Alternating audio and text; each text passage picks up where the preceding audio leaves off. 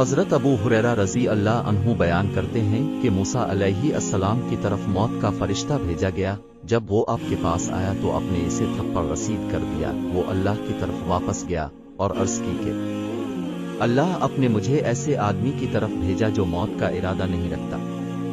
اللہ تعالیٰ نے فرمایا کہ اس کی طرف واپس جاؤ اور اس سے کہو کہ اپنا ہاتھ بیل کی پشت پر رکھو، اب کے ہاتھ کے نیچے جتنے بال آ جائے تو ہر بال کے بدلے تیرے لیے عمر میں 1 سال کا اضافہ ہوگا۔ آپ نے عرض کی اللہ پھر کیا ہوگا؟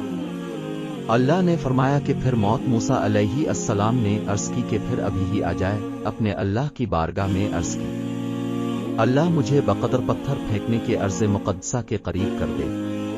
حضرت ابو ہریرہ بیان فرماتے ہیں کہ رسول اللہ صلی اللہ علیہ وسلم نے ارشاد فرمایا کہ اگر میں وہاں ہوتا تو میں تمہیں ان کی قبر دکھاتا، وہ راستے کی ایک جانب سرخ ٹیلے کے پاس ہے۔ حضرت ابو ہریرہ رضی اللہ عنہ بیان فرماتے ہیں کہ اللہ تعالیٰ نے موسیٰ علیہ السلام کے پاس موت کے فرشتے کو بھیجا۔ جب موت کا فرشتہ موسیٰ علیہ السلام کے پاس آیا اور کہا کہ آپ اپنے رب کا فیصلہ تسلیم کر لیں، یعنی موت کا وقت آ چکا ہے، موسیٰ علیہ السلام نے مالک الموت کی آنکھ پر تمانچہ مارا اور اس کی آنکھ پھوڑ دی۔ فرشتہ واپس بارگاہ الہی میں پہنچا اور جا کر عرض کی کہ اپ نے مجھے ایسے آدمی کی طرف بھیجا ہے جو موت نہیں چاہتا، اور اس نے تو میری آنکھ ہی پھوڑ دی ہے۔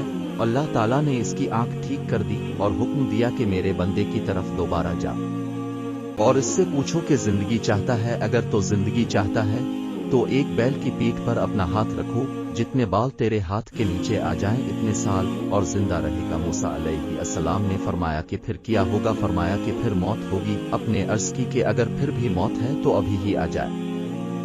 حضرت موسیٰ علیہ السلام رب تعالیٰ کے بہت لاڈلے پیغمبر تھے اور بڑے جلال والے مشہور تھے، اور بخاری مسلم کی احادیث سے ثابت ہے کہ رب تعالیٰ کے تمام پیغمبران سے پہلے موت کا فرشتہ اجازت طلب کرتا اور رب تعالیٰ کی جانب سے پوچھتا کہ آپ کی زندگی کا وقت جو مقرر تھا وہ ختم ہو گیا ہے، کیا آپ مزید زندہ رہنا چاہتے ہیں؟ اور تمام پیغمبران رب تعالیٰ کی مرضی پہ سر تسلیم خم کر دیتے۔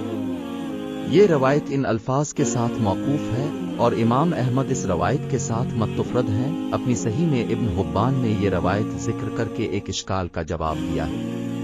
وہ اشکال یہ ہے کہ جناب موسیٰ علیہ السلام نے مالک الموت کو کیوں تمانچہ مارا اور کیوں اس آنکھ پھوڑ دی؟ اس کے جواب میں فرماتے ہیں کہ وہ ایسی شکل و صورت میں نہیں آئے ہوں گے جسے موسیٰ علیہ السلام پہچانتے ہوں، جیسے کہ حضرت جبریل علیہ السلام نبی کریم صلی اللہ علیہ وسلم کے پاس ایک دیہاتی کی شکل و صورت میں آئے، اور ابراہیم و لوط علیہ السلام کے پاس فرشتے نوجوانوں کی صورت میں آئے کہ حضرت ابراہیم و لوط علیہ السلام ابتدا میں ان کو نہ پہچان سکے، اسی طرح موسیٰ علیہ السلام نے بھی شاید ان کو نہ پہچانا ہوگا، اسی لیے اس کو تمانچہ مار کر ان کی آنکھ پھوڑ دی، کیونکہ وہ آپ کے گھر میں بغیر اجازت داخل ہوا تھا۔ یہ بات ہماری شریعت کے بھی عین مطابق ہے کہ اگر آپ کے گھر میں آپ کی اجازت کے بغیر کوئی دیکھے تو اس کی آنکھ پھوڑ دینی جائز ہے۔ پھر حضرت ابن حبان نے حضرت ابو ہریرہ کی حدیث بیان کی ہے کہ رسول اللہ صلی اللہ علیہ وسلم نے فرمایا کہ مالک الموت حضرت موسیٰ علیہ السلام کے ہاں روح قبض کرنے آیا اور اسے کہا کہ اپنے رب کی بات تسلیم کر لو۔ موسیٰ علیہ السلام نے تمانچہ مار کر اس کی آنکھ پھوڑ دی۔